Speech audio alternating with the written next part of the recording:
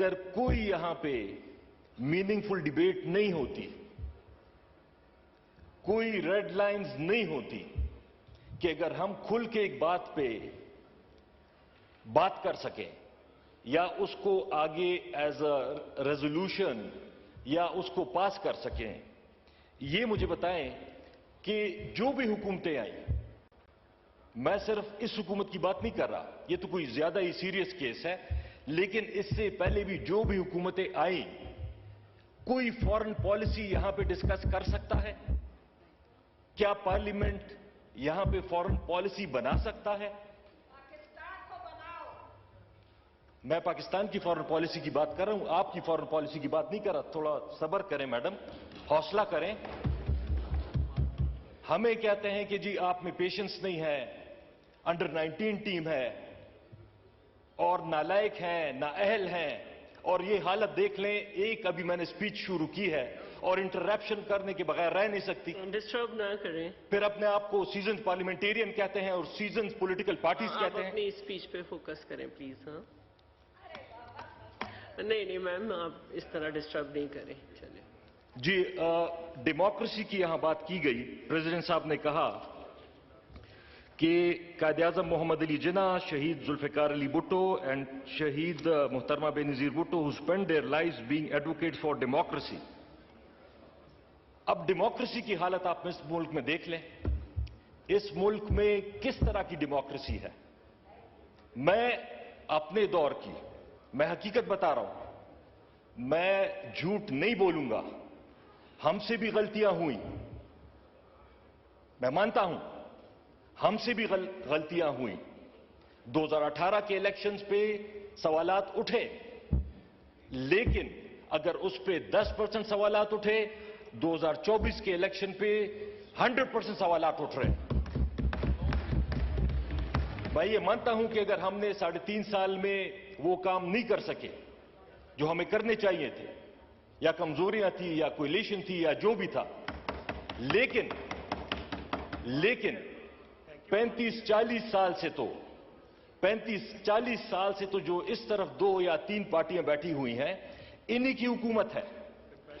ذوالفقار علی بھٹو صاحب سے لے کے بے نظیر صاحبہ تک, پھر نواز شریف صاحب 1982 میں پہلی دفعہ فائنانس منسٹر بنے تھے, پھر چیف منسٹر بنے, پھر ان کے بھائی چیف منسٹر بنے, پھر وہ 3 دفعہ پرائم منسٹر رہے, پھر دوسری دفعہ ابھی شہباز شریف صاحب پرائم منسٹر بنے ہیں. لیکن اگر ہمیں پاکستان کے سارے نظام کو بگاڑنے کے لیے ٹی وی پہ آپ جائیں, ایسے آپ کو لگے گا کہ یہ 1971 کا واقعہ بھی عمران خان کی وجہ سے ہوا اور تحریک انصاف کی وجہ سے ہوا. کیا اس وقت عمران خان تھا یا اس کی حکومت تھی؟ میں 10% رسپانسبلٹی غلطیوں کے لینے کے لیے تیار ہوں, لیکن 90% رسپانسبلٹی لینے کے لیے جو یہاں پہ بیٹھے ہوئے ہیں, پھر ان کو ان غلطیوں کی رسپانسبلٹی بھی لینی پڑے گی, تبھی ہم آگے بڑھیں گے. اس طرح نہ ریکنسیلیشن ہوگی اور نہ اس طرح آگے بات چلے گی. پھر اس کے بعد ٹالرنس کی بات ہوئی. انہوں نے 3 الفاظ کہیں, democracy, tolerance and social justice. 2 o'clock کی تھی. ڈیموکریسی کا اگر میں آپ کو بتاؤں, 1947 میں 2 ملک آزاد ہوئے, انڈیا اور پاکستان. انڈیا نے اپنے 3 سال میں آئین مکمل کیا اور اس پہ عمل درآمد شروع کیا. ہمیں 9 سال لگے آئین مکمل کرنے میں. انہوں نے جنرل الیکشن اپنا کروا لیا, لیکن ہمیں 23 سال لگے ہمیں اپنا پہلا جنرل الیکشن کرانے میں. پھر ہم ابھی بھی بھائی نے ذکر کیا, انڈیا یہاں پہنچ گیا ہے, انڈیا وہاں پہنچ گیا ہے.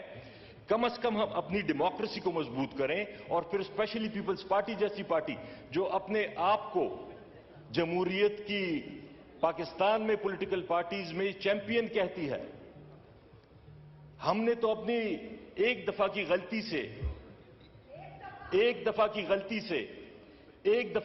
سے ہم نے بہت کچھ سیکھ لیا, لیکن مسلم لیگ اور پیپلز پارٹی اور MQM 10 دفعہ غلطیاں کرنے کے باوجود بھی نہیں سیکھی, اور آج بھی وہی غلطی کر رہی ہے.